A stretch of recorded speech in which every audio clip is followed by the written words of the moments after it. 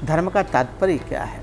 आएगा वो दिन, भारत फिर से जगत गुरु के पद पर प्रतिष्ठापित होगा। वास्तविकता में तुलसी के द्वारा भी क्या हम संसार की गौणिकता को प्राप्त कर सकते हैं? हमारे वेद निराकार का भी प्रतिपादन करते हैं और साकार का भी प्रतिपादन करते हैं। वस्तु सुख का साधन नहीं हो सकती।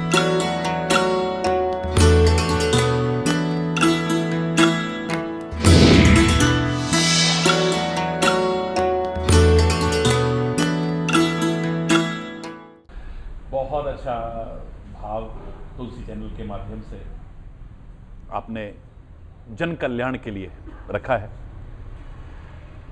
अधिकांश लोगों का जीवन देखें इस आपाधापी के युग में तो संघर्षमय बन चुका है। संघर्ष में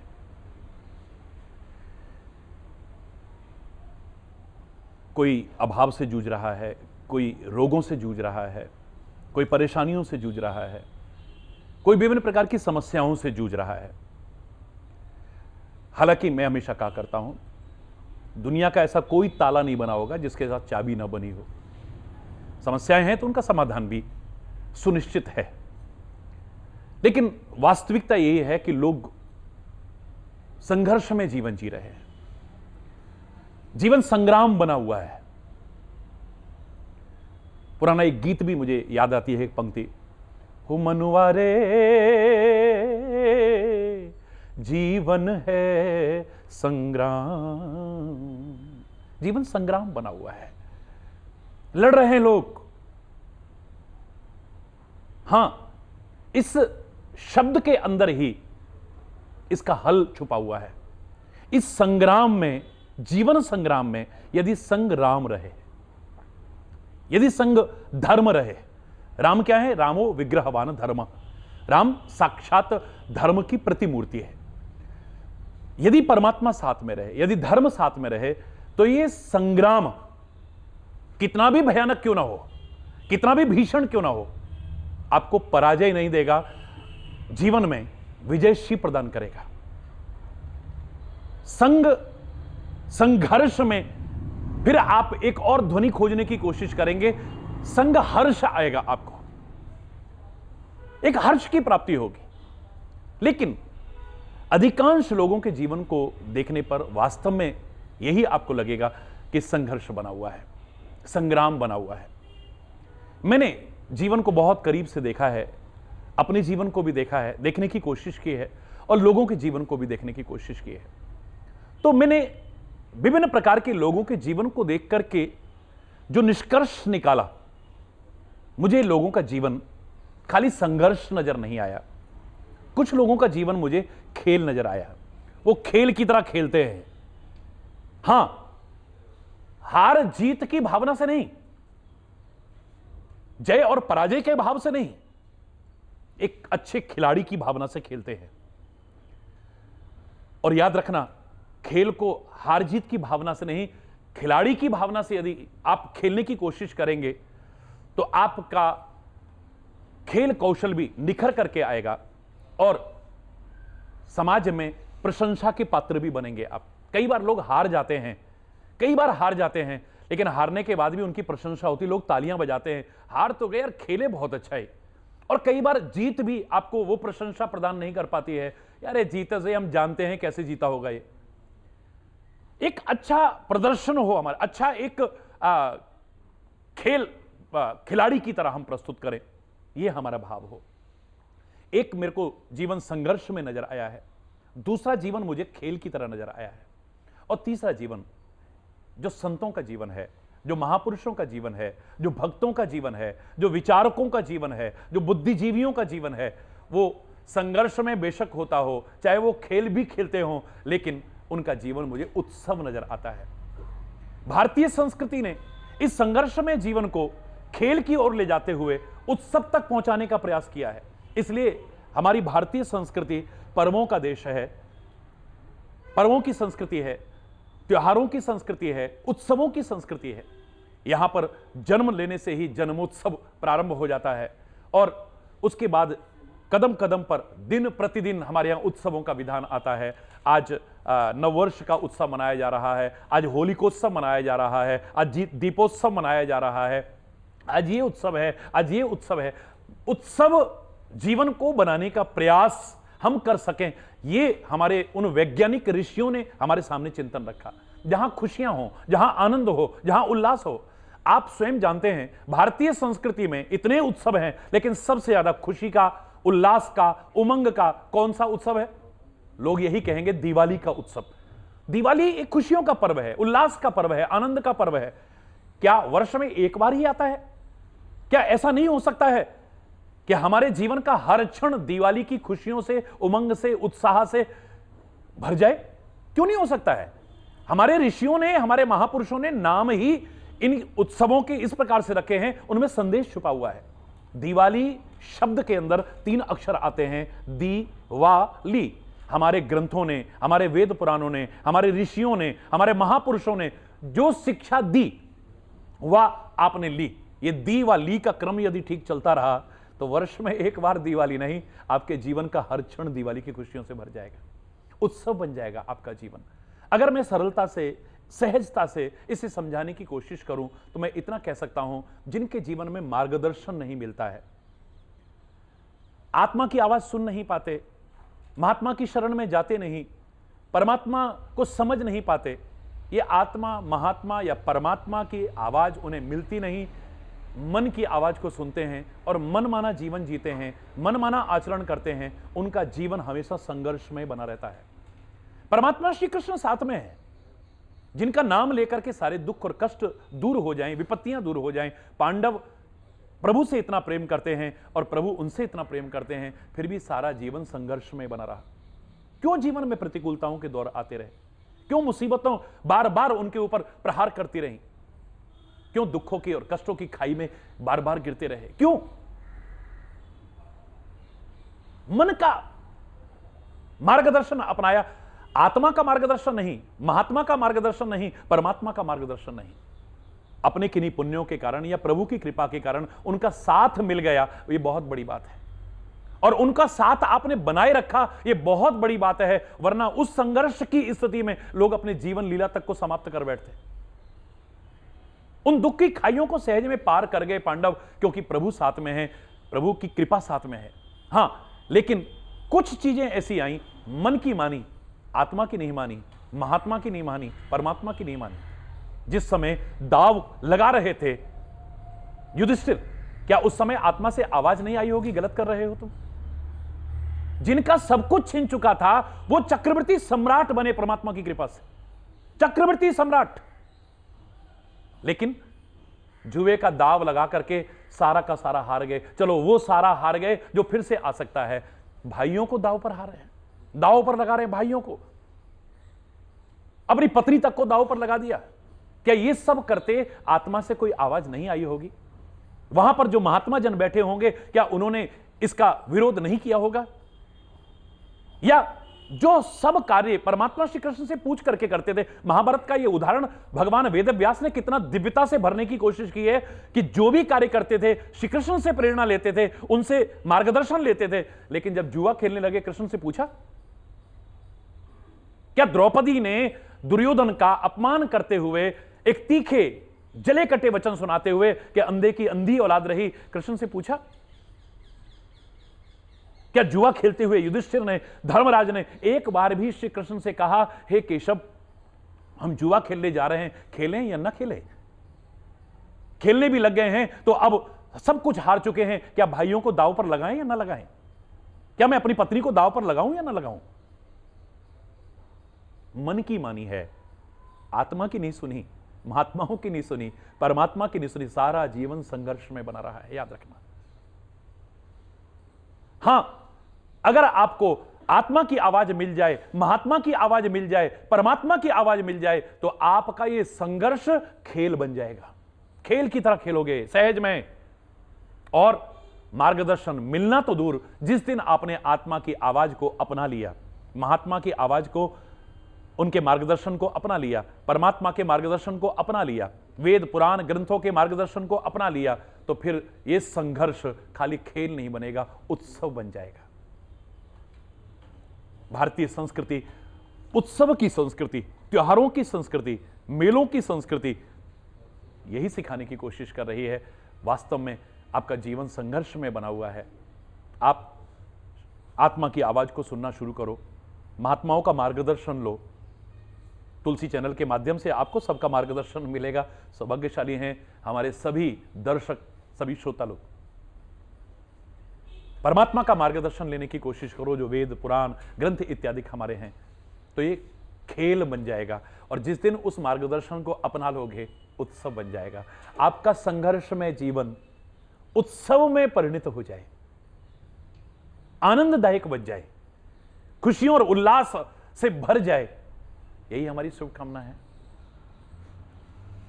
अर्वाचीन काल से, सदियों से हमारे वेद, हमारे पुराण, हमारे ग्रंथ, हमारे महापुरुष यही तो कहते रहे हैं, सर्वे भवन्तु सुखिनः, सर्वे सन्तु निरामया, सर्वे भद्राणि पश्यन्तु, मां कश्चित् दुख भाग भवेत्। सुखी बसे संसार सब, दुखिया रहे न कोई, यह अभिलाषा है प्रभु मेरी पूर्ण हो। लेकिन ये शुभ कामना है, अभिलाषा है ये। इसको पूरा करने के लिए आपको मार्गदर्शन अपनाना पड़ेगा। अपने वेद पुराण ग्रंथों का, रामायण भागवत इत्यादि का मार्गदर्शन अपनाना पड़ेगा। संतों सदगुरु के बताई राह पर चलना पड़ेगा। फिर देखिए आप, ये जीवन उत्सव का आनंद देने वाला बन जाएगा। देखिए दर्शकों, आप लोगों ने महाराज जी के द्वारा वो शब्दावली सुनी है, वो प्रवचन सुने हैं कि जो लोक और परलोक दोनों सार्थकता दे दे। संग्राम के साथ में संघर्ष तो है, जीवन संघर्ष है, पूरा जीवन ही इसी प्रकार, क्योंकि प्रकृति की ये स्वयं गौणिकता है। परंतु इसमें राम जी जुड़ जाते हैं, जैसे महाराज जी ने बताया है कि राम जुड़ जाता है तो संग्राम में फिर कैसा आनंद है। फिर तो ये राममय है, और राममय जीवन तो आनंदमय है। वही आत्मा महान आत्मा हो जाती है, और महान आत्मा से परमात्मा तक की यात्रा हो जाती है। महाराज जी आपके लिए शत प्रणाम, जो हमारे तुलसी चैनल के लिए आप लोगों ने स्वाशीर्वाद दिया, और दर्शकों के लिए भी वो मार्ग दिया है जिससे लोक और परलोक दोनों सार्थक हो सकें। जय श्री राधे, जय श्री कृष्ण। नमस्कार, जय श्री कृष्णा, जय श्री राधे। आज हमारा परम सौभाग्य, जो हमारे इस भारत भूमि के रत्न और हम सभी को मार्गदर्शन देने वाले परम पूज्य प्रातः स्मरणीय अर्चनीय वंदनीय पूज्य श्री हरि चैतन्य जी महाराज हमारे बीच में उपस्थित हैं। मैं उनके चरणों में कोटि कोटि सा वंदन करता हूँ, नमन करता हूँ। और आज मेरे हृदय में जो प्रसन्नता है उसको मैं शब्दों में व्यक्त नहीं कर सकता। पूज्य महाराज श्री खुद भी दर्शन करके कृतकृत्य हो गया। और हमारे तुलसी चैनल के माध्यम से लाखों श्रोता हमारे पास अपने नंबरों के द्वारा, हमारे नंबरों के द्वारा नित्य प्रति कुछ न कुछ नए नए उनके प्रश्न भेजते रहते हैं। तो मैं एक प्रश्न जो ज्वलंतशील है जी, मैं वो आपके चरणों में रखूंगा। इस संसार में अधिकतर लोग कष्ट पाते हैं, और हमारे जैसा कि शास्त्रों का कथन है कि किसी को कष्ट मिलता है, दुख मिलता है, विपत्ति आपत्ति उसको मिलती है अगर, तो वो उसके बुरे कर्मों का ही एक परिणाम या फल होता है। और कष्ट सहते हुए, विपत्ति सहते हुए हमने बड़े बड़े अवतारों को, महापुरुषों को, संतों को भी देखा है जी। तो क्या उनके भी ऐसे कोई कर्म है, क्या वो भी कर्मों का ही वो फल है, या किस प्रकार से वो कष्टों को भोग रहे हैं या भोगते हैं जी? आपने अपने दर्शकों का प्रश्न जी जी महाराज श्री जनहित में मुझ तक पहुंचाया। हालांकि मैं जानता हूं कि आपको इन प्रश्नों की आवश्यकता नहीं है जी, आप तो स्वयं एक अच्छा, सब लोग मार्गदर्शन करते हैं लोगों का, लेकिन लोगों की भावनाओं को मुझ तक पहुंचाया तुलसी चैनल के माध्यम से। मैं जिस चिंतन के स्तर तक पहुंच करके इसे देखता हूं वो बताने की कोशिश करूंगा। अपने कर्मों का फल हमें अवश्य भोगना पड़ता है, चाहे वो कर्म अच्छे हों चाहे बुरे हों, चाहे अब के हों या पूर्व के हों, जानबूझ के किए जाएं या अनजाने में भी क्यों ना हो जाएं हमसे। ऐसा नहीं कि जानबूझ के किए कर्मों का ही फल भोगना पड़ता है। अग्नि को अनजाने में भी छुएंगे तो जलाएगी, गंदगी के ढेर के पास से हम अनजाने में भी निकलेंगे तो दुर्गंध का एहसास होगा। पारस के साथ लोहे का स्पर्श अनजाने में भी हो जाए तो स्वर्ण बनाएगा, जैसा लोग कहते हैं। गुलाब के बगीचे के पास से अनजाने में भी निकलेंगे तो भी सुगंधी का एहसास होगा आपको। तो जानबूझ के किए जाएं या अनजाने में किए जाएं, अच्छे हों या बुरे हों, अब के हों या पूर्व के हों, क्योंकि पुनर्जन्मवादी संस्कृति है हमारी। हमें अपने कर्मों का फल अवश्य ही सुख दुख के रूप में भोगना पड़ता है। अधिकांशतः यही चिंतन सामने आता है कि जो दुख हम उठाते हैं, कष्ट हम उठाते हैं, हमारे बुरे कर्मों का परिणाम है। मैं इन शब्दों का विरोध नहीं करूंगा, लेकिन मैं कुछ आगे कहने की कोशिश करूंगा। मैंने भी लोगों को देखा है दुख में, कष्ट में, विपत्तियों में, और प्रश्न इतना सुंदर है कि जब बुरे कर्मों का फल ही दुख पाना है, कष्ट पाना है, तो संतों को भी हमने कष्ट पाते देखा है, महापुरुषों को कष्ट पाते देखा है, अवतारों को भी कष्ट पाते देखा है। तो उन्होंने क्या अपने किन्हीं बुरे कर्मों के कारण कष्ट उठाया? जब इनका नाम आता है तो सोचने पर मजबूर होना पड़ता है कि मात्र बुरे कर्मों का फल ही दुख नहीं हो सकता है।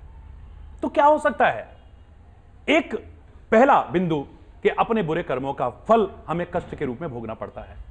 दूसरा जो मुझे नजर आता है, हमारे एक शायर ने बड़ा अच्छा कहा था, मिटा दे अपनी हस्ती को अगर कुछ मर्तबा चाहे, कि दाना खाक में मिलकर गुले गुलजार होता है। कोई भी कुछ बन पाता है तो कष्ट उठा करके ही बनता है। वो सहज में कहता है, दुख भी मानव की संपत्ति है, तो क्यों दुख से घबराता है? सुख आया है तो जाएगा, दुख आया है तो जाएगा। जब सुख जाएगा तो दुख देकर, जब दुख जाएगा तो सुख देकर, तो सुख देकर जाने वाले से ए मानव क्यों घबराता है? दुख भी मानव की संपत्ति है, तो क्यों दुख से घबराता है? दुख संध्या, सुख संध्या का वह लाल क्षितिज जिसके पश्चात अंधेरा है, सुख प्रातः का छुटपुटा समय जिसके पश्चात सवेरा है। दुख का अभ्यासी मानव ही सुख पर अधिकार जमाता है। दुख भी मानव की संपत्ति है, तो क्यों दुख से घबराता है? दुख के सम्मुख जो सिहर उठे, इतिहास उन्हें ना जान सका। दुख में भी कर्मठ धीर रहे, उनको ही जग पहचान सका। दुख एक कसौटी है जिस पर यह मानव परखा जाता है। दुख भी मानव की संपत्ति है, तो क्यों दुख से घबराता है? आप विचार कीजिए, एक व्यक्ति अपने बुरे कर्मों से कष्ट उठाता है, लेकिन एक व्यक्ति कुछ बनने के लिए कष्ट उठाता है, कुछ पाने के लिए कष्ट उठाता है, कोई मुकाम हासिल करने के लिए कष्ट उठाता है। एक ही खान में से दो पत्थर निकले, एक दहलीज पर लगाया गया, लोग जूते और चप्पल उतार के जाते हैं, पैरों से रोनते हुए जाते हैं। दूसरे की मूर्ति बनती है, श्री विग्रह बनता है, प्राण प्रतिष्ठा होती है, उसके आगे सिर झुकाते हैं। पूर्ण जानकारी न रखने वाला भाग्य को कोसेगा, इसकी किस्मत ही ऐसी होगी, इसकी किस्मत ही ऐसी होगी। अरे जितनी छेनी और हथौड़ी की चोट इस मूर्ति ने सहन की है, दहलीज के पत्थर ने बर्दाश्त नहीं किए हैं। ये कष्ट पाकर के कुछ बना है। जितना कष्ट सहा उतना ही इसका रूप निखर करके आया है। एक व्यक्ति हिमालय पर जा रहा है, वहां पर घर का भोजन नहीं बनता, घर का ताजा भोजन नहीं मिलता, वहां पर सोने के लिए कोई बेडरूम या आपको पलंग इत्यादि नहीं मिलते। कदम कदम पर कष्ट है, कदम कदम पर बाधाएं हैं, कदम कदम पर मुसीबतें हैं, कदम कदम पर मौत का साया मंडराता है। कभी कोई एवलांच ना हो जाए, कोई चट्टान ना खिसक जाए, कहीं पैर ना फिसल जाए। जीवन और मौत के बीच झूलते हुए लोग पर्वतों की चोटियों पर चढ़ते हैं, एवरेस्ट पर चढ़ते हैं। अपने बुरे कर्मों से कष्ट नहीं उठा पा रहे हो, अपने बुरे कर्मों से कष्ट नहीं उठा रहे हो। कुछ पाने के लिए, कुछ बनने के लिए, कुछ करने के लिए कष्ट उठा रहे हैं। आप भी अपने बच्चों से क्या कहते हो? बेटा अभी मौज मौज करोगे, कल को कष्ट उठाओगे, और आज कष्ट उठा लोगे तो कल को मजे में रहोगे। अपने बुरे कर्मों से नहीं, तुम कुछ कष्ट पालोगे, कुछ मेहनत कर लोगे तो कुछ बन जाओगे, अपने जीवन के व्यक्तित्व को निखार लोगे आप। मैंने जो कष्ट उठाते देखा है लोगों को, या तो एक व्यक्ति को बुरे कर्मों से कष्ट उठाते देखा है, या एक व्यक्ति कुछ बनना चाहता है, कुछ करना चाहता है, कोई मुकाम हासिल करना चाहता है, वो कष्ट उठाते देखा है। और एक मैंने तीसरा व्यक्ति और देखा है। वो तीसरा व्यक्ति आप स्वयं अनुमान लगा सकते हैं कि उस कैटेगरी में कौन कौन लोग आते होंगे। वो व्यक्ति कष्ट उठाते देखा है, लेकिन अपने बुरे कर्मों से नहीं। लोगों को सुख कैसे पहुंचा दूं, उसके लिए कष्ट उठाते देखा है उसे। मेरा राम 14 वर्ष के लिए वन यात्रा करता है, मेरा परमात्मा कृष्ण कदम कदम पर कितने कष्ट उठाता है। काहे के लिए? उन संतों ने, उन महापुरुषों ने कष्ट उठाए। चलो आप इसे इतनी जल्दी समझ ना पाए, सहज में ना समझ पाए, मेरे उन वीर अमर शहीदों को देखो जिन्होंने देश की कुर्बानी के लिए अपना बलिदान दिया। कोड़े सहे, काले पानी की सजा हुई, कठोर से कठोर यातनाएं दी गई, फांसी के फंदे पर लटका दिए गए, क्या बुरे कर्मों से कष्ट उठा रहे थे वो? नहीं। हमें आजादी की चैन की सांस कैसे मिल जाए, हमारी भारत माता गुलामी की जंजीरों में जो जकड़ी हुई है, यह आजाद कैसे हो जाए। गुलाम देश को आजाद कराने के लिए, देशवासियों को चैन की सांस देने के लिए अपना सांस घोंट दिया। बिल्कुल यही संतों के बारे में आप कह सकते हैं, यही महापुरुषों के बारे में कह सकते हैं, यही अवतारों के बारे में कह सकते हैं। माना कि अपने कर्मों का फल भोगना पड़ता है, इसे कोई नहीं नकारेगा। मैं कैसे नकार सकता हूं? हमारे कर्म चाहे अच्छे हों या बुरे हों, अब के हों या पहले के हों, जानबूझ के करो या अनजाने में करो, उनका फल अवश्य भोगना पड़ता है, सुख और दुख के रूप में। दुख परिणाम है हमारे बुरे कर्मों का, बिल्कुल ठीक है। लेकिन किसी को भी कष्ट उठाते देखो, दुख उठाते देखो, तो कभी मत कहना एकदम से कि इसने बुरे कर्म किए होंगे, उसका फल उठा रहा है। क्योंकि मैंने देखा है, बहुत करीब से हर तरह के लोगों को देखा है, कष्ट उठाते देखा है, लेकिन तीनों मुझे अलग अलग नजर आए हैं। आप भी विचार करोगे, आपको तीनों नजर आएंगे। एक बुरे कर्म करने के कारण कष्ट उठाता है, दूसरा कुछ बनने के लिए, कुछ पाने के लिए, कोई मुकाम हासिल करने के लिए कष्ट उठाता है, रात दिन मेहनत करता है, और तीसरा लोगों को कैसे सुख पहुंचा दूं, बदले में कष्ट उठाता है। परहित नित सह विपत्ति विशाला, रामायण में भी कहा है। दूसरों के लिए कष्ट उठाते हैं, रात दिन कष्ट उठाते हैं। तो आपका प्रश्न बहुत अच्छा प्रश्न है। मैं चैनल को बहुत साधुवाद देना चाहूंगा, धन्यवाद देना चाहूंगा, आपको भी धन्यवाद देना चाहूंगा कि आपने किसी दर्शक की भावना को मुझ तक पहुंचाया है। मैं नहीं मानता कि आप इसका अर्थ नहीं जानते होंगे, उत्तर अवश्य जानते होंगे, लेकिन आपने मुझे माध्यम बना करके इन दर्शकों को ये संदेश पहुंचाने की कोशिश की है। मैं आपका भी, चैनल का भी और सभी दर्शकों का भी बहुत बहुत धन्यवाद कहना चाहूंगा। और आप, मैं नहीं कहता कि जीवन में कष्ट नहीं आएंगे, आ सकते हैं, लेकिन याद रखना, कम में और कमी में, दुख में और दुखी में, सुख में और सुखी में बहुत अंतर है।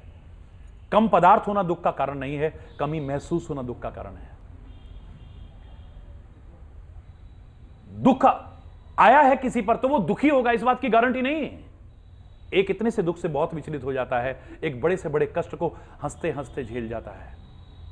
अरे हो गया, निकल जाएगा, वो निकल गया, ये भी निकल जाएगा, वो दुखी नहीं होता है। प्रसन्नताम या न गताभिषेकस्तथा न ममले वनवास दुःखतः मुखाम्बुज श्री रघुनंदन समय सदास्तु सा मंजुल मंगल प्रदा।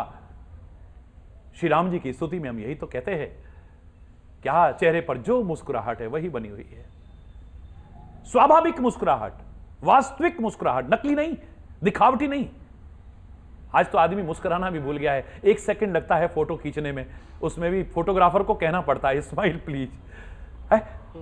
खो गई। लाफिंग क्लबों का सहारा लेकर के राक्षसों की तरह ठहाके मारता है। अब तो योगा के नाम पर एक हास्य योगा। हमने कभी नहीं देखा श्री राम को ऐसे। परमात्मा श्री कृष्ण, क्या प्यारी मुस्कुराहट है, दुनिया दीवानी हो गई उनकी। करते हमने नहीं देखा, लेकिन जबरदस्ती ठाके लगवाए जा रहे हैं, अंदर तो रो रहा है। खो गई है वो मुस्कुराहट, छिन गई है मुस्कुराहट। जी महाराज श्री, मुस्कुराहट खो गई है, आपका बिल्कुल वक्तव्य बिल्कुल अपनी जगह बिल्कुल ठीक है। बस यही दुख और दुखी में वो कारण अगर हम बताएं तो वो कारण क्या है जिसके कारण उनकी मुस्कान फिर लौट करके आ सकती है, या क्या कारण है कि वो खो गई है? महाराज थोड़ा सा प्रकाश डालने। मैंने देखा विभिन्न अवतारों की जब हम स्तुति करते हैं, हमारे जो परमात्मा के श्री विग्रह हमारे सामने रखे गए, भारतीय संस्कृति में जितने भी स्वरूप है जी, सब में बाकी सब आप एक तरफ रख दो, मुस्कुराहट आपकी सर्वत्र नजर आएगी। वाह। श्री राम के बारे में जैसा मैं अभी कह रहा था, क्यों मैंने कहा कम में और कमी में बहुत अंतर है। कम पदार्थ होना दुख का कारण नहीं, कमी महसूस होना दुख का कारण है। दुख आना दुखी होने का कारण नहीं, दुखी होना दुख का कारण है, दुखी होने का कारण है। ऐसे सुख के पदार्थ हमारे पास बहुत है, हम सुखी होंगे कोई गारंटी नहीं। बहुत सा कम सुख के साधनों में भी सुखी है, बहुत सब कुछ साधन होने पर भी सुखी नहीं है। श्री राम राज तिलक की खबर सुनी, कोई विशेष मुस्कुराहट नहीं, स्वाभाविक वही मुस्कुराहट है। और राज तिलक होते होते वनवास हो गया, न ममले वनवास दुखतः। बड़े खुश होकर के ऐसे चल दिए हैं जैसे एक यात्री धर्मशाला को छोड़ के चल देता है, अयोध्या के विशाल साम्राज्य को हंसते हंसते मुस्कुराते हुए चले बटोहू की नहीं, एक राहगीर की तरह से चल देते हैं। तो ये मुस्कुराहट हमें सब अवतारों के जितने दिव्य स्वरूप हैं उनके और महापुरुषों के चेहरे पर स्वाभाविक नजर आती है, दिखावटी नहीं। बिल्कुल। आप भारतीय संस्कृति में सर्वप्रथम पूजन करते हैं भगवान गणेश का, तो क्या कहते हैं? प्रसन्न वदनम ध्यायेत सर्व विघ्नोपशांतये। उनका स्वरूप क्या है? प्रसन्न वदन। वदन माने यहां मुख, शरीर नहीं। जी जी। प्रसन्न वदनम ध्यायेत, प्रसन्न मुख भगवान का स्मरण करके सर्व विघ्नोपशांतये। उनका स्मरण करके सारे विघ्न शांत हो जाएंगे। और कन्हैया की मुस्कुराहट ने तो सबकी नींद चैन चुरा ली, क्या कहूं है? उसके बारे में तो कोई शब्द ही नहीं है। ऐसी प्यारी मोहक मुस्कुराहट, आज भी लोग दीवाना हुए बिना नहीं रहते है? और भगवान शिव का आप कितना भी विकराल रूप होगा, भीषण रूप होगा, है कैसा रूप है, लेकिन नेत्रों से और चेहरे से आप एक बार नहीं कह सकते भीषणता नजर आती है। कर्पूर गौरम करुणावतारम संसार सारम करुणावतारम, करुणा के अवतार नजर आते हैं। बिल्कुल। और प्रसन्नाननम नीलकंठम दयालम, प्रसन्नाननम, उनका आनंद कैसा है? प्रसन्न, मुस्कुराता हुआ, दुनिया के सारी विघ्न बाधाओं को हरण कर ले, सारी मुसीबतों का हरण कर ले। एक बार तो आदमी सब भूल जाए उस प्यारी सी मुस्कुराहट को देख करके। मां दुर्गा की जब स्तुति करते, दुर्गा सप्तशती में एक बार नहीं अनंत बार उनकी मुस्कुराहट का वर्णन आता है। हमारे महापुरुषों के बारे में भी ये आपको स्वाभाविक नजर आएगा। जितने भी हमारे ऋषि मुनि हुए हैं जिन्होंने कठोर तप किया है, वो कठोर तप करके भी अपने विकारों पर विजय प्राप्त कर पाए हों या न कर पाए हों। हजारों वर्ष क्या लाखों वर्ष तपस्या की, लेकिन जरा किसी ने अपमान किया, मन के प्रतिकूल किया, पानी का छींटा लिया, मारा, श्राप दे दिया, उसको जला के खाक नहीं किया, अपनी तपस्या को जला के खाक किया, अपनी सारी मेहनत को जला के खाक कर दिया। न क्रोध पर विजय प्राप्त कर पाए, न काम पर विजय प्राप्त कर पाए, न क्रोध लोभ पर विजय प्राप्त कर पाए, विकारों पर विजय प्राप्त नहीं कर पाए। लाखों वर्ष तपस्या करके भी गारंटी नहीं है। लेकिन मुस्कुराहट जिसके जीवन में स्वाभाविक आ गई है, मेरा चैलेंज है इन सारे विकारों पर स्वाभाविक नियंत्रण कर सकता है। कैसे? प्रैक्टिकल बता रहा हूं आपको। मैंने छठी क्लास में अपने लिए एक प्रार्थना स्वीकार की थी, by being pleasant always and smiling it takes you near to God, near than any prayer. अन्यान्य प्रार्थनाओं की बजाय हमेशा प्रसन्न रहना और मुस्कुराते रहना, यह जितना परमात्मा के करीब ला देता है, दुनिया की और कोई प्रार्थना इतना प्रभु के करीब नहीं ला सकती है।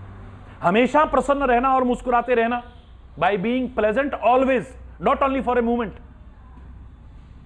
किसी घटना विशेष में नहीं, क्षणिक नहीं, हमेशा मुस्कुरा। हां, अपवाद स्वरूप छोड़ करके कोई दुखी है तब मत मुस्कुराओ, कोई कष्ट में है तब मत मुस्कुराओ, राष्ट्र पर संकट है, किसी पर कोई संकट है, समाज पर कोई संकट है, तब मत मुस्कुराओ। तब महापुरुषों को भी रोते देखा है, अवतारों को भी रोते देखा है, संतों को भी रोते देखा है, विचारकों और बुद्धिजीवियों को भी रोते देखा है, किसी के दुख में रोते देखा है, किसी को दुखी देख करके रोते देखा है। वरना हमेशा प्रसन्न रहना और मुस्कुराते रहना, यह परमात्मा के बहुत करीब आपको ला देगा, याद रखना।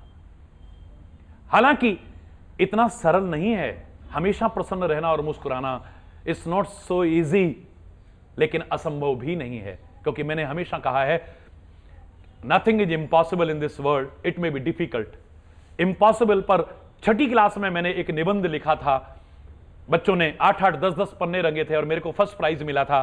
खाली इस वजह से मैंने लिखा था I + M + possible is equal to impossible. Impossible itself says that I am possible. So nothing is impossible in this world. It may be difficult. Impossible में तो ध्वनि आ रही है I am possible.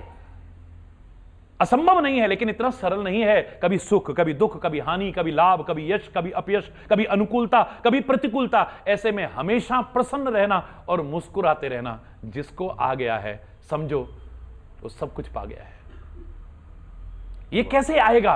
एक तो आप किसी की मुस्कुराहट को छीनने की कोशिश मत करना। जब किसी की मुस्कुराहट को छीनने की कोशिश करोगे, तुम्हारा मुस्कुराना भी नहीं रह पाएगा, याद रखना। किसी व्यक्ति ने गलत नहीं कहा था, अगर दिल किसी का दुखाया ना होता, जमाने ने तुझको सताया ना होता, ना आते तेरी आंख में आज आंसू, किसी हंसते को गर रुलाया ना होता, न चुभता तेरे पांव में आज कांटा, जो नश्तर किसी को चुभाया ना होता, न घर में अंधेरा तेरे आज होता, जो दीपक किसी का बुझाया ना होता। अगर बेसहारों का तू बनता सहारा, तो दिल में तेरे गम का साया ना होता। वाह। स्वाभाविक जीवन रखो, अपने कर्तव्य का ठीक से निर्वहन करो और परमात्मा का स्मरण करते हुए अपने कर्तव्य का, मां मनुस्मर युद्ध च प्रवस्य नगर कीजिए सब काजा, हृदय राखी कौशलपुर राजा। अब देखो आपको क्या प्रसन्नता मिलती है। स्वाभाविक रूप से, जो मैंने पहले भी कहा, जीवन संघर्ष में बना हुआ है और संघर्ष को बुरी चीज नहीं है। संघर्ष जीवन को निखारता है, जैसे अग्नि सोने को निखारती है, ऐसे संघर्ष हमारे जीवन को निखारता है। लेकिन लोग टूट जाते हैं संघर्ष में। इसलिए प्रयास क्या करना है, खाली संघर्ष में जीवन नहीं बने रहना है, जीवन के संघर्ष को खेल में बदलो और खेलो, एक खिलाड़ी की तरह खेलो, अच्छे खिलाड़ी की तरह। हार जीत की भावना से नहीं, अच्छे प्रदर्शन, अच्छे खेल के प्रदर्शन की भावना से खेलो। ये जीवन एक दिन उत्सव बन जाएगा, खुशियां आएंगी, उमंग आएगी, उत्साह आएगा आपके जीवन में स्वाभाविक रूप से। ये प्रसन्नता सारे विकारों का कैसे हरण करती है मैं बता रहा हूं। बाहर कितनी भी गर्मी हो, कितनी लू चल रही हो, आग बरस रही हो, लोग बहुत मुस्कुराते देखे होंगे, लेकिन अंदर अगर क्रोध की आग जल रही है तो मुस्कुरा के दिखाए, मेरा कोई चैलेंज है। क्रोध आता है तो मुस्कुराहट छिन जाती है, और जब मुस्की आती है गुस्सा खत्म हो जाता है। ये दोनों चीजें एक साथ नहीं रह सकती। जैसे कि गाल भी फुलाना चाहें आप और ठाका मार के हंसना चाहें, नहीं कर सकते आप दोनों काम एक साथ। बिल्कुल ऐसे ही क्रोध करते हुए आप नहीं मुस्कुरा सकते, नफरत करते हुए नहीं मुस्कुरा सकते, अभिमान करते हुए नहीं मुस्कुरा सकते, ईर्ष्या करते हुए नहीं मुस्कुरा सकते, बदले की आग में जलते हुए नहीं मुस्कुरा सकते। इन सारे विकारों पर बड़े बड़े ऋषि मुनि लाख वर्ष तपस्या करके विजय पा सके हो ना पा सके हो, अगर आपको स्वाभाविक मुस्कुराना आ गया, सहज मुस्कुराना आ गया, वास्तविक मुस्कुराना आ गया, इन विकारों पर आप विजय प्राप्त कर सकते हो। नकली नहीं, दिखावटी नहीं। किसी ने चुटकुला सुनाया, कोई भी मुस्कुरा सकता है। किसी ने कोई फनी हरकत की, कोई किसी को भी मुस्कुराहट आ सकती है। हवाई जहाज में घुसोगे, नमस्कार इतना चौड़ा कर देते हैं, चाहे आपके जाते है, नकली है, दिखावटी है। समाचार चैनल्स पर समाचार सुनाने वालों ने ऐसे ऐसे समाचार सुनाए कि आपको सुनकर के रोना आ गया, सारे देखने वालों को रोना आ गया, लेकिन वह बाद में नमस्कार, नकली है, दिखावटी है। मुस्कुराहट सहज नहीं है, स्वाभाविक नहीं है, वास्तविक नहीं है। जो मैंने श्री राम की मुस्कुराहट के बारे में कहा, प्रसन्नताम या नगताभिषेकस्तथा न ममले बनवास दुःखत मुखाम्बुज श्री रघुनंदनस्य मे सदास्तु सा मंजल मंगल प्रदा। स्वाभाविक मुस्कुराहट है, सहज मुस्कुराहट है मेरे कन्हैया की। अरे जिसके जीवन की शुरुआत जहर से हुई हो, अभी पैदा हुए कितने दिन हुए, कितना समय हुआ है, पूतना आ गई मारने के लिए, जहर जहर पिला करके मारने को आ गई है। और जिसने इस लीला का संवरण भी जहर से किया हो, जहर बुझा तीर चरणों में लगा हो, जिसके जीवन की शुरुआत जहर से होती है, विष से होती है, और जीवन की लीलाओं का संवरण भी, परमात्मा कभी जाते नहीं हमारे बीच से, वो हमेशा हैं, हमेशा रहेंगे, नित्य हैं वो। लेकिन लीला का संवरण भी क्या है, जहर से शुरुआत, जहर पर पूर्ण, लेकिन बीच का जीवन दुनिया को अमृत बांट गए, प्यार का अमृत बांट गए, कृपा का अमृत बांट गए, गीता का अमृत बरसा गए, अमृत ही अमृत दिया विष लेकर के। पैदा होते ही जो माता पिता के पास एक क्षण को न रहे, वो परमात्मा है, रख दीजिए एक किनारे पर। आपको सिखाने के लिए उसने मानव बनना स्वीकार किया है। मानव मात्र मेरी लीलाओं से वंचित ना रह जाए, इसके लाभ से वंचित ना रह जाए, सामान्य मनुष्य जैसी लीला कर रहा है। वो गेंद खेल रहा है, गाय चरा रहा है, ऐसी लीलाएं कर रहा है कि आपको लगेगा बिल्कुल सामान्य है, बिल्कुल सामान्य। तुलसी ने तो रामायण में कहा, प्राकृत नर इव लीला करत सकल प्राकृत नर इव लीला करत सकल रघुनाथ। रघुनाथ जी सारी लीलाएं कैसी कर रहे हैं? प्राकृत मनुष्य, सामान्य मनुष्य जैसी। क्योंकि सामान्य मनुष्य ना कहे वो तो भगवान थे, वो कर लें, बड़ी कौन सा मुश्किल है। हम तो जी सामान्य मनुष्य हैं, आम आदमी हैं, हम कहां कर सकते हैं? क्यों नहीं कर सकते? उन्होंने जो किया है आप विचार पूर्वक करने की कोशिश, अविचार पूर्वक नहीं, अविवेक पूर्वक नहीं।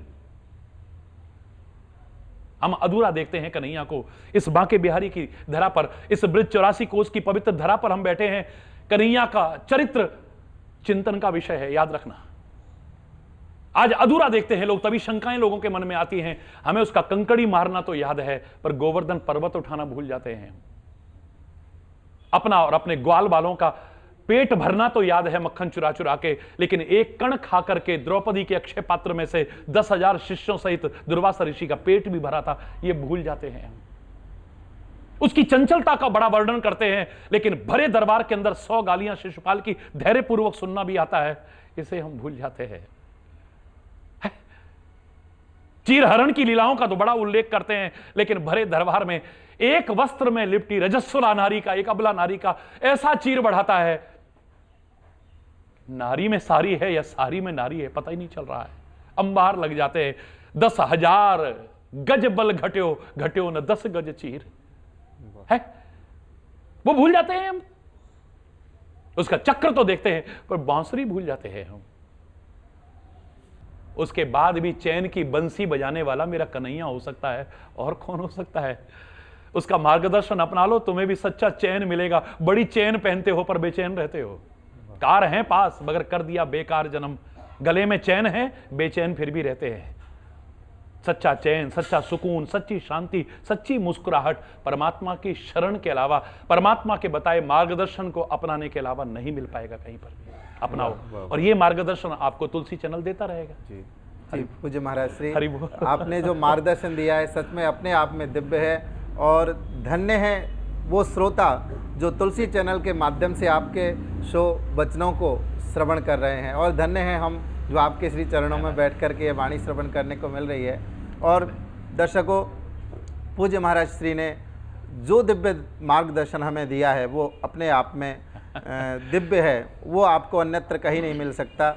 और सच है, किसी ने कही है पंक्तियां मुझे याद आती हैं कि मुस्कुरा के गम का जहर जिसको पीना आ गया, समझिए कि उस जहां में उसको जीना आ गया। जी, तो ये मुस्कुराहट आपके जीवन में बनी रहे, हम यही कामना करते हैं। और पूज्य महाराज श्री, आपके चरणों में वंदना बहुत बहुत।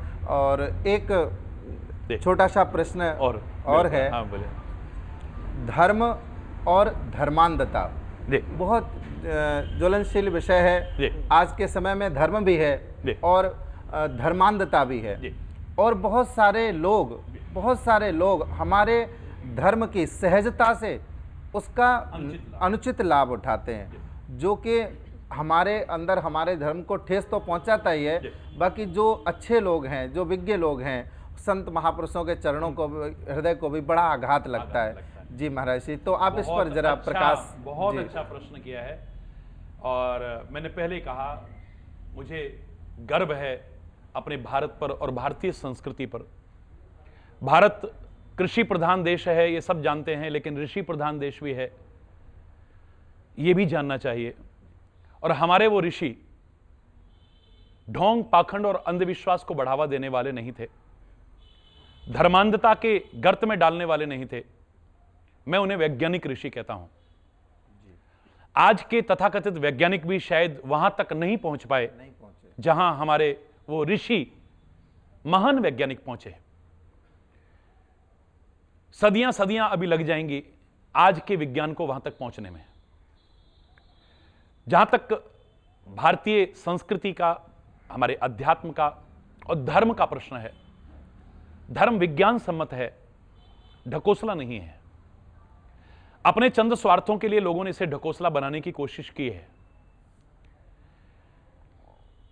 वास्तव में धर्म पूर्णतया विज्ञान सम्मत है। मैं धर्म और विज्ञान को एक दूसरे का पूरक भी कह दूं तो अतिशयोक्ति नहीं होगी। याद रखना, धर्म से जब विज्ञान दूर होता है तभी ढोंग आता है, पाखंड आता है, अंधविश्वास आता है, रूढ़िवादिताएं आती हैं, कुरीतियां आती हैं। ये जितना कुछ भी आज धर्मांधता के कारण समाज में अंधविश्वास बढ़ते हुए दिखाई दे रहे हैं या ढोंग पाखंड बढ़ता हुआ दिखाई दे रहा है, धर्म के वैज्ञानिक स्वरूप को जन जन तक न पहुंचा पाने के कारण ही ऐसा हो रहा है। धर्म के मर्म को ठीक से हम नहीं समझ पा रहे हैं, उसके कारण ही ऐसा हो रहा है। महापुरुष क्या प्रयास करते हैं? एक मूर्तिकार से कहा, अरे वाह, तूने तो सामान्य से पत्थर की इतनी सुंदर मूर्ति बना दी। उन्होंने कहा, नहीं, मूर्ति के ऊपर जो फालतू पत्थर था मैंने वो हटाया है। देखिए, नजरिया है सोचने का। मैंने खाली बस उसके ऊपर, मूर्ति के ऊपर जो फालतू पत्थर था उसको हटाया, अंदर से मूर्ति निकल आई है। वहां पर यह बात कितनी सच है मैं इस विवाद में नहीं जाता, लेकिन भारतीय धर्म और अध्यात्म के बारे में मैं अवश्य कह सकता हूं कि यहां पर जो अनभिज्ञ लोगों ने ढोंग पाखंड और आडंबर के कारण ऊपर जो चादर चढ़ा दी है, इसको हटाने की आवश्यकता है। धर्म हमारा विज्ञान सम्मत है। धर्म से विज्ञान दूर होना ही ढोंग पाखंड को जन्म देना है, अंधविश्वासों को जन्म देना है, धर्मांधता को जन्म देना है। और विज्ञान भी यदि धर्म विहीन हो जाएगा तो ऐसा विज्ञान भी विकास का नहीं, विनाश का कारण बनेगा। याद रखना, ये दोनों एक दूसरे के पूरक हैं। धर्मांधता जो नजर आ रही है आपको, हालांकि धर्मांधता की परिभाषा जो आज तथाकथित कानूनविद देने की कोशिश कर रहे हैं वो अधूरी है।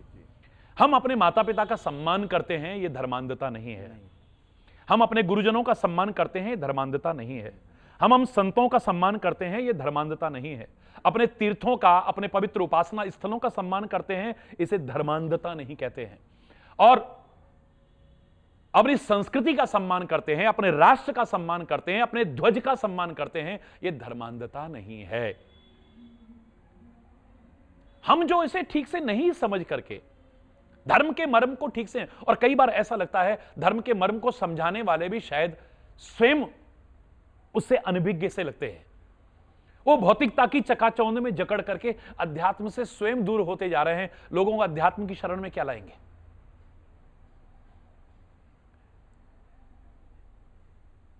धर्म और धर्मांधता, एक वाक्य में मैं अंतर बताना चाहूं। बड़ा अच्छा प्रश्न किया है आपने, समाज को आवश्यकता है इसके उत्तर की। आज व्यक्ति धर्म के लिए लड़ने को तैयार है। आज व्यक्ति धर्म के लिए लड़ने को तैयार है, धर्म के लिए लड़ाने को तैयार है, धर्म के लिए मरने को तैयार है, धर्म के लिए मारने को तैयार है, पर धर्म पर चलने को तैयार नहीं। धर्म पर चल जाए तो धर्मांधता से बच जाएगा। और धर्म का आडंबर और दिखावा और व्यर्थ के उसी में पड़ा रहा। कोई व्यक्ति कहीं गए, ट्रेन छूटने वाली थी, लेकिन उससे पहले ही उन्होंने कहा हमारा मित्र यहां रहता है पास में, तो उसके मिले आते हैं, उससे मुलाकात करके आते हैं।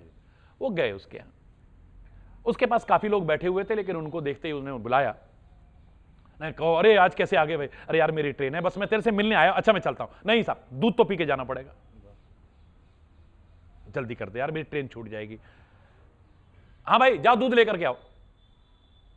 10 मिनट लगा दिए, आदमी आ रहा है वापिस। गाय का लाऊं कि भैंस का लाऊं? भाई साहब गाय, अरे यार मेरे को देर हो जाएगी। नहीं नहीं, दूध तो पी के जाना पड़ेगा। गाय का लोगे? गाय का। अच्छा जाओ गाय का ले आओ। फिर 10 मिनट लगा दिए, आदमी आया। अरे दूध नहीं लाया? नहीं साहब, काली गाय का लाऊं या गोरी का लाऊं? काली गाय का लाऊं या गोरी गाय का लाऊं? अरे भैया मेरी ट्रेन छूट जाएगी, मुझे जाना है, तू जल्दी जा और जाकर के गोरी काली कोई सा ले। 10 मिनट फिर लगाए, फिर वापस खाली हाथ। भैया खाली हाथ क्यों आए?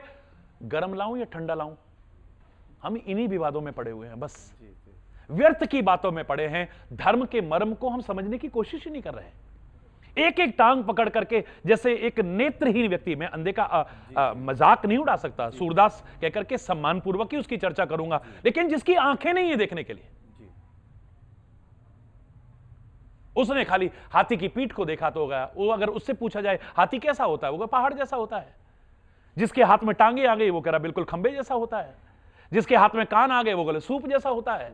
जिसके हाथ में पूंछ आ गई बोले रस्से जैसा होता है। आंखें खुलेंगी तब पता लगेगा ये हाथी का एक एक अंग है, इन सब का समग्र रूप हाथी है। बिल्कुल ठीक ऐसे ही धर्मांधता में जकड़े हुए हम धर्म के लिए लड़ने को तैयार हो रहे हैं, धर्म पे लड़ाने को तैयार हो रहे हैं, धर्म के लिए मरने को तैयार हो रहे हैं, धर्म के लिए मारने को तैयार हो रहे हैं, पर धर्म पर चलने को तैयार नहीं हो रहे। तुलसी चैनल के माध्यम से संत महापुरुष आपको मार्गदर्शन देंगे, उसको अपनाइए, धर्म के पथ पर चल करके सुखी समृद्ध खुशहाल जीवन अपना व्यतीत करने की कोशिश कीजिए। मैं सभी आप दर्शकों के लिए और चैनल के लिए भी बहुत बहुत हार्दिक शुभकामनाएं भी देता हूं और परमात्मा से प्रार्थना भी करता हूं। श्री रामायण जी में बड़े स्पष्ट शब्दों में कहा कि जिम सरिता सागर मह जाही यद्यपि ताही कामना नाही तिम सुख संपत्ति बिना ही बुलाए धर्मशील पह जाए सुहाए। जैसे नदियां दौड़ दौड़ करके सागर में जा रही हैं, उसकी कोई कामना नहीं कि नदियां आए, पर बिना बुलाए जा रही हैं, ऐसे ही धर्मशील व्यक्ति के पास सुख संपदा ऐश्वर्य बिना बुलाए अपने आप आएंगे और आए आपके पास। आपने जो समाधान दिया वो बहुत सुंदर है और अपने आप में अद्भुत है। और उसी से संबंधित मैं एक छोटा सा निवेदन और करना चाहूंगा। बिल्कुल बोलिए। आपके श्री चरणों में बहुत अच्छा श्रोताओं महाराज श्री ने वर्णन किया धर्म और धर्मांधता का। आज के समय में बहुत सारे महाराज श्री आदिवासी क्षेत्र हैं, बहुत सारे ऐसे जो कम पढ़े लिखे हैं, जो समझते नहीं हैं, या फिर जो ज्यादा अपने आप को एजुकेटेड समझते हैं, वो इस चीज से काफी दूर हो रहे हैं। और लोगों का प्रयास ये हो रहा है कि उनको किसी भी तरह से उनको कन्वर्ट करके, उनको धर्म से, उनको उनकी आस्था से या उनके आचरण से, जो उनकी संस्कृति है उस संस्कृति से लोगों को दूर किया जा रहा है। जिसे हम साधारण भाषा में कहें तो धर्मांतरण। धर्मांतरण। और उनको प्रलोभन के द्वारा क्या एक सपना दिखा करके कि तुम ऐसा करोगे तो तुम सुखी हो जाओगे, ऐसा करोगे तो तुम्हें परमात्मा मिल जाएगा, तरह तरह के उन्हें स्वप्न दिखा करके, जो अपने आप में मैं समझता हूँ अपने आप में पूर्ण नहीं है। और ऐसे स्वप्न दिखा करके काल्पनिक सुख की एक सपना दिखा करके उन्हें उस तरफ ले जाया जा रहा है। तो क्या महाराज श्री ये ऐसा हो सकता है, क्या ऐसा कोई विधान भी होता है जैसे कि आदमी का कोई धर्म बदल सकता है? क्या वो ऐसा करने पर वो सुखी हो सकता है? क्या इसमें हमको कुछ करने की आवश्यकता है? बहुत अच्छा प्रश्न किया आपने और ये बहुत ज्वलंत मुद्दा है। हमारे भारतवर्ष में बहुत से लोग ये अनुचित करने की कोशिश करते हैं जी, जिसे उचित नहीं ठहराया जा सकता। लोगों की भावनाओं से खेलना, उनकी आस्थाओं से खेलना या प्रलोभन दे करके उन्हें विचलित करने की कोशिश करना, अपने मार्ग से भटकाने की कोशिश करना, मैं तो कहूंगा एक जघन्य अपराध है यह। जहां तक कुछ लोग ऐसा प्रयास कर रहे हैं, उनकी मैं कठोर शब्दों में निंदा भी करता हूं, आलोचना भी करता हूं, लेकिन वहीं पर मैं अपने आप से भी और अपने सब साथियों से भी यह आग्रह भी करना चाहूंगा कि हमारे भी प्रयास इसमें होने चाहिए। लोग यही कहते हैं कि लोग सेवा करके और धर्म परिवर्तन कराते हैं जी। तो सेवा हम क्यों नहीं करते? हम सेवा करें, ऐसी नौबत क्यों आए? जहां आवश्यकता है हमें सेवा के प्रकल्प और बढ़ाने चाहिए। कुछ संस्थाएं कर रही हैं जी। मैं उनकी प्रशंसा करता हूं, सराहना करता हूं, हृदय से साधुवाद देता हूं उन्हें, जो लोग ऐसा महान प्रयास कर रहे हैं कि ऐसे वनवासी लोगों में जाकर के, दूरस्थ इलाकों में जहां लोग अभी अनभिज्ञ हैं बाहर के वातावरण से और प्रलोभनों में आकर के या गलत मार्गदर्शन पा करके अपने मार्ग से भटक जाते हैं, तो वहां अच्छा प्रयास कर रहे हैं, मैं उनकी प्रशंसा करता हूं। लेकिन मुझे लगता है अभी और हमें प्रयास करने की आवश्यकता है। दूसरी जो बात लोग कहा करते हैं कि धन के द्वारा धर्म परिवर्तन कराने की कोशिश करते हैं लोग जी। उसके प्रति मैं जरा भी आशंकित नहीं रहता हूं। जिस व्यक्ति का धर्म धन बन चुका है, उसे आज वहां से धन मिला उस धर्म में चला जाएगा, वहां से मिलेगा, वहां चला जाएगा, फिर मेरे पास होगा मैं दे दूंगा तो वहां आ जाएगा। जिस व्यक्ति ने धर्म को ही धन समझा है उसकी चिंता करने की हमें आवश्यकता नहीं है। हां, जो साधन विहीन लोग हैं, सामर्थ्य विहीन लोग हैं, जो शिक्षा विहीन लोग हैं, जो दूरस्थ इलाकों में रहते हैं और अनभिज्ञ लोग हैं, उन तक हमें पहुंच करके उनके दुख सुख को समझते हुए उनके लिए सेवा प्रकल्पों को बृहद स्तर पर चलाने की आवश्यकता है। बाकी धर्म तो हृदय की आस्था का है, किसी के बदलने से कोई बदल नहीं जाता है, नहीं बदलेगा। बिल्कुल। और जी जी जी जी कहीं ऐसा तो नहीं है जी कहीं हम अपने को उपेक्षित करते हो, कहीं ऐसा वो लोग हम समझते हो कि मैंने हम ये भी देखा ऐसी है। समाज से बिल्कुल हम बिल्कुल कहीं बिल्कुल वंचित हैं, कहीं हम लोग बिल्कुल। देखते हैं कि हम अपने धर्म में हम देखिए उन्हीं से बिल्डिंग बनवाते हैं, हाँ हाँ फिर उनको प्रवेश नहीं करने देते। प्रवेश नहीं करने कुछ देते ऐसा वर्ग हैं। हमारा भाई है, कोई पास जब नहीं वो बिठाते दूसरे थे। धर्म में जाते तो हमें दुख होता है। जी जी जी हमें उन दीनहीन, असमर्थ, असहाय, जी निर्धन और जरूरतमंदों की सहायता के लिए और उनके सम्मान के लिए आगे बढ़ करके आना चाहिए, जो सम्मान के वो अधिकारी भी हैं और जो आकांक्षी हैं वो, क्योंकि उन्हें जब सम्मान कहीं और से मिलता है तो देखते हैं हम लोग हमारे पास सब बिल्कुल सम्मान भी नहीं मिल आपने रहा है। बड़ी अच्छी बात और कही है। आर्थिक अवस्था है वो भी मजबूत नहीं हो रही है। बिल्कुल, बैठने के लिए हम स्थान नहीं देते, हम हमें- प्रेम की दो बात शब्द नहीं सुना पाते हमें उन्हें, तो उनको कभी वो देना, ऐसा इसलिए लगता मैंने है। दोनों बातें कही हैं। जहां धर्मांतरण कराने के जो प्रयास हैं वो अनुचित हैं, उनकी कठोर शब्दों में आलोचना करनी चाहिए, लेकिन मैंने दूसरा बिंदु भी इसलिए कहा कि हमारे प्रयास कहां होने चाहिए, उन प्रयासों पर भी दृष्टि रखें हम और उन प्रयासों को करने की कोशिश करें।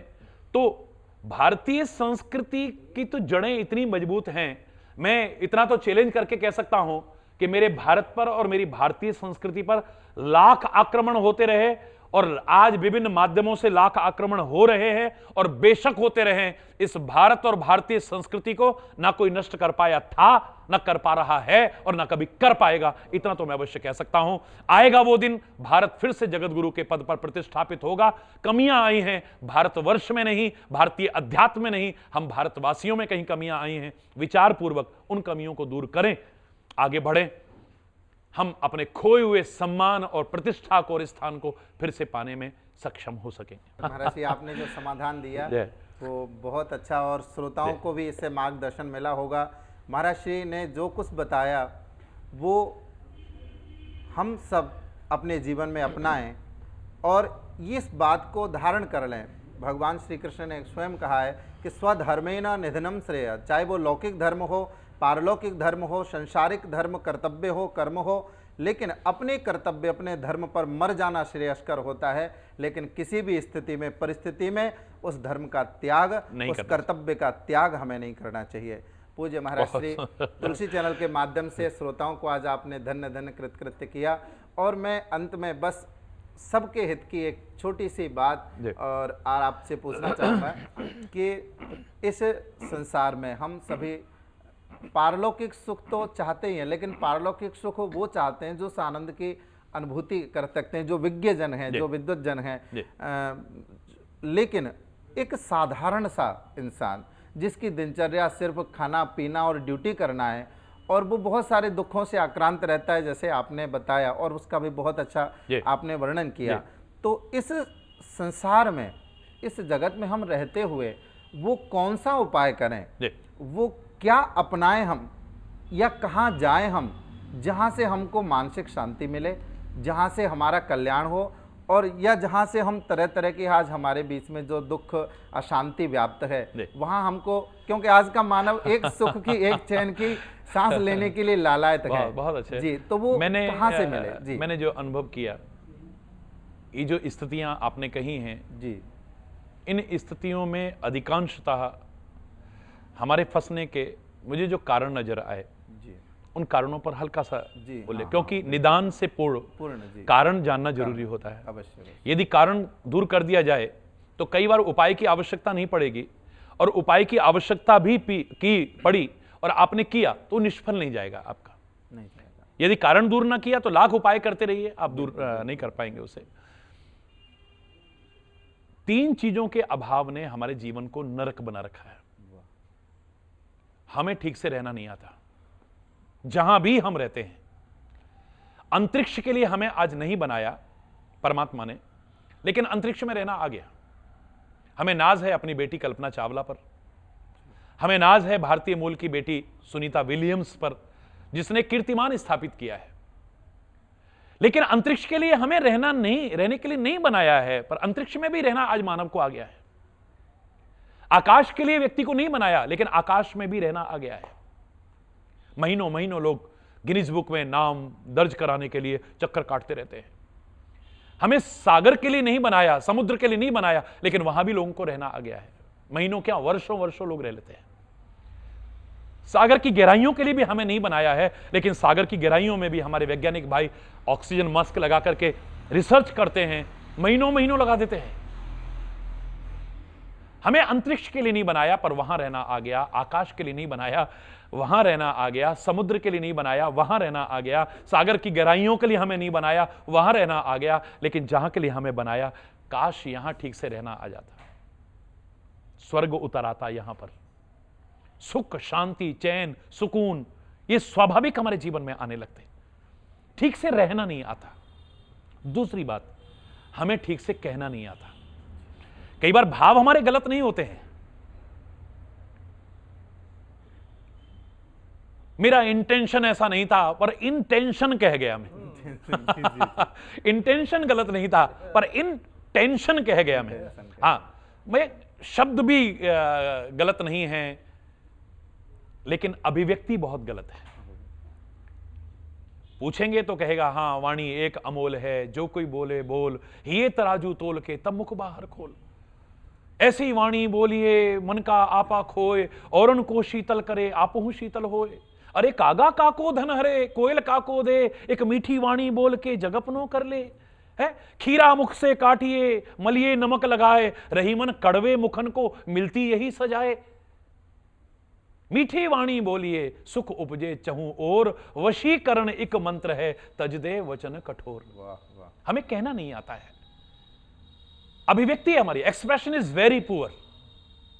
एक हमें ठीक से रहना नहीं आता, एक हमें ठीक से कहना नहीं आता अपनी बात को, और तीसरी बात जो मुझे लगी, जहां आवश्यक है वहां सहना नहीं आता। माता पिता को बच्चों की बात बर्दाश्त नहीं है, बच्चों को मां बाप की बात बर्दाश्त नहीं है। पत्नी को पति की बर्दाश्त नहीं है, और पत्नी को पति की बर्दाश्त नहीं है। भाई को भाई की बर्दाश्त नहीं है, मित्र को मित्र की, यहां तक कि गुरु शिष्य को बर्दाश्त नहीं है। मेरे को कह कैसे दिया? मन में विद्वेष ना आता होता तो हमारे उपनिषदों ने क्यों कहा होता, ओम सहना ववतु सहनौ भुनक्तु सहवीर्यम करवावहै तेजस्विनावधीतमस्तु मां विद्युषावहै। गुरु शिष्य परंपरा के लिए है कि हम गुरु और शिष्य के मन में कभी विद्वेष ना आ जाए। सहन नहीं है।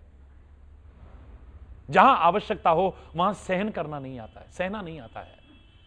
रहना नहीं आता, कहना नहीं आता, सहना नहीं आता। अरे तप क्या है? तप करने के लिए जंगल में जाने की आवश्यकता नहीं है। आप लोग सारे अधिकांश लोग ग्रस्त में हैं। ये अगर आपको कोई कहता है तो मैं अनुचित मानूंगा उसे। कोई भी महापुरुष आपको यह मार्गदर्शन नहीं देगा, जाओ हिमालय पर जाकर एक टांग पर खड़े हो जाओ, जाओ जंगलों में चले जाओ, जाओ गुफाओं में चले जाओ। कौन कहेगा आपको एक टांग पर खड़े हो जाओ, गर्मी में धूप में खड़े रहो, चारों तरफ आग लगा लो? आपसे नहीं कहेगा कोई भी। लेकिन तप आवश्यक है। अपने गृहस्थ को तपोवन बनाओ, अपने जीवन को तपस्या से परिपूर्ण बनाओ, अपनी हर क्रिया को तपश्चर्या परिपूर्ण बनाओ। बहुत आवश्यकता है। तप के बिना जीवन कल्याणकारी नहीं बन सकता है, उपयोग में आने लायक नहीं बन सकता। ना अपने उपयोग में आने लायक बनेगा, ना समाज के बन पाएगा, ना राष्ट्र के बन पाएगा। सागर में कितना भी जल हो, लेकिन उपयोग में आने लायक तभी बनता है जब तपता है। आपका चूल्हा, तवा, बर्तन, आपका तंदूर या कोई भी ऐसी चीजें क्यों ना हो, जब तक नहीं तपेंगी उपयोग में आने लायक नहीं बनती है।